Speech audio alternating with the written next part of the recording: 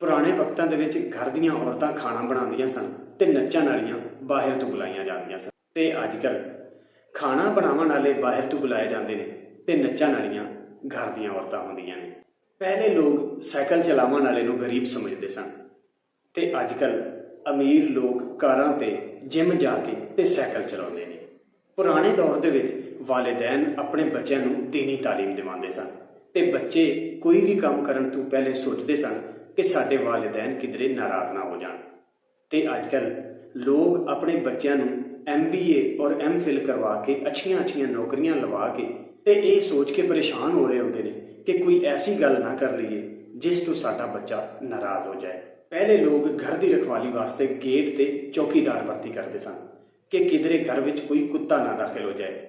ਲੇਕਿਨ ਅੱਜ ਕੱਲ੍ਹ ਘਰ ਦੇ ਗੇਟ ਤੇ ਕੁੱਤਾ ਰੱਖਿਆ ਜਾਂਦਾ ਹੈ ਕਿ ਕਿਧਰੇ ਕੋਈ ਬੰਦਾ ਨਾ ਘਰ ਵਿੱਚ ਦਾਖਲ ਹੋ ਜਾਏ।